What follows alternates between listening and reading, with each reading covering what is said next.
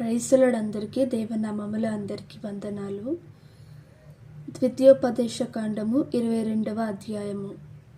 నీ సహోదరుని ఎద్దు గాని గొర్రె గాని త్రోవ తప్పిపోట చూచిన ఎడల నీవు వాటిని చూడనట్లు కన్నులు మూసికొనక అగత్యముగా వాటిని సహోదరుని ఎద్దుకు మళ్లింపవలెను.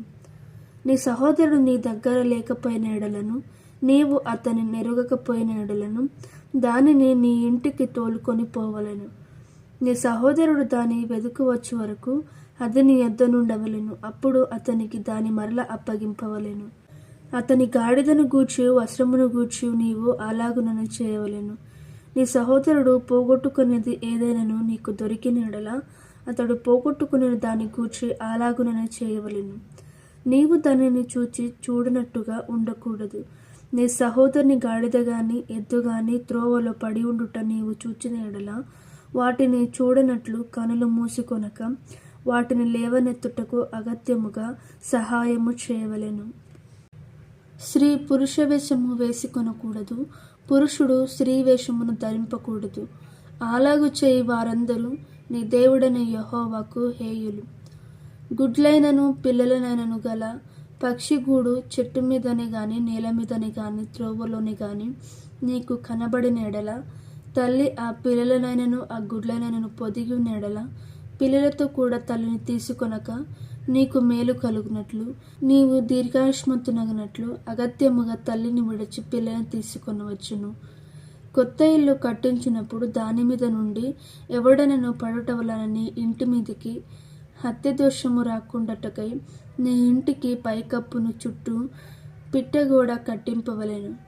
నీవు విత్తనములు పైరును నీ ద్రాక్ష తోట వచ్చుబడి ప్రతిష్ఠితములు కాకుండానట్లు నీ ద్రాక్ష తోటలో వివిధమైన వాటిని విత్తకూడదు.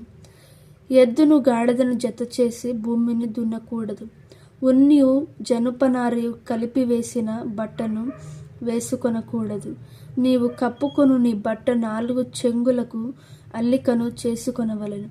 ఒకడు స్త్రీని పెండ్లి చేసుకొని ఆమెను కూడిన తర్వాత ఆమెను ఒల్లక ఆమె మీద అవమాన క్రియలు మోపి ఆమె చెడ్డదని ప్రచురపరిచి ఆ స్త్రీని నేను పరిగ్రహించి ఆమె దగ్గర వచ్చినప్పుడు ఈమె ఎందు కన్యత్వము నాకు కనబడలేదని చెప్పిన ఎడల ఆ చిన్నదాని తల్లిదండ్రులు ద్వారమందున్న ఆ ఊరి పెద్దల యొద్దకు ఆ చిన్నదాని కన్యత్వ లక్షణములను తీసుకొని రావలెను. అప్పుడు ఆ చిన్నదాని తండ్రి నా కుమార్తెను ఈ మనుషునికి పెండ్లి చేయగా ఇదిగో ఇతడేమి నొల్లక నీ కుమార్తె ఎందు కన్యత్వము నాకు కనబడలేదని అవమాన క్రియలు చేసినదనియు ఆమె మీద నింద మోపెను. అయితే నా కుమార్తె కన్యత్వమునకు గురుతులివే అని పెద్దలతో చెప్పి పట్టణపు పెద్దలెదుట ఆ బట్టను పరచవలెను. అప్పుడు ఆ ఊరి పెద్దలు ఆ మనుషుని పట్టుకొని శిక్షించి 100 వెండి రూకలో అపరాధముగా వాని వద్ద తీసుకొని ఆ చిన్నదాని తండ్రికి ఇయ్యవలెను. ఏలైనగా అతడు ఇశ్రాయేలురాలైన కన్యకను అవమానపరిచి ఉన్నాడు. అప్పుడు ఆమె అతనికి భార్య అయి ఉండును.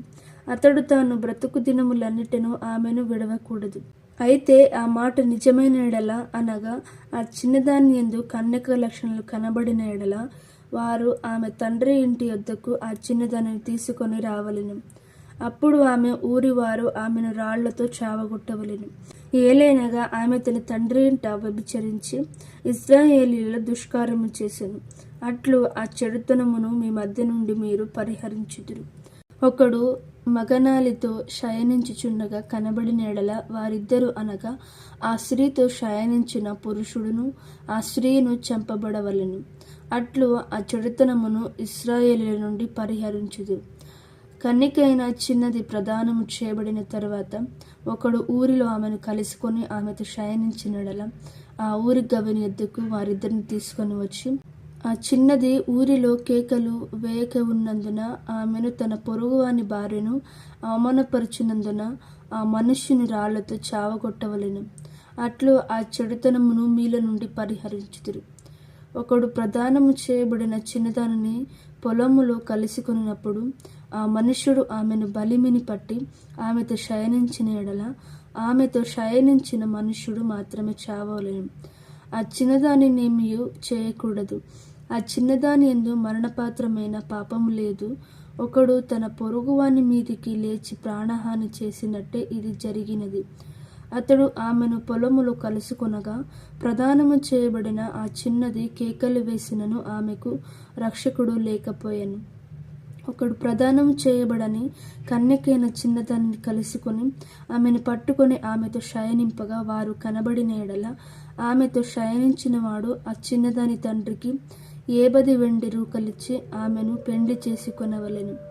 అతడు ఆమెను అవమానపరచును గనుక అతడు తాను బ్రతుకు దినములన్నిటిను ఆమెను విడిచిపెట్టకూడదు. ఎవడును తన తండ్రి భార్యను పరిగ్రహింపకూడదు, తన తండ్రి విప్పతగిన కోకను విప్పకూడదు.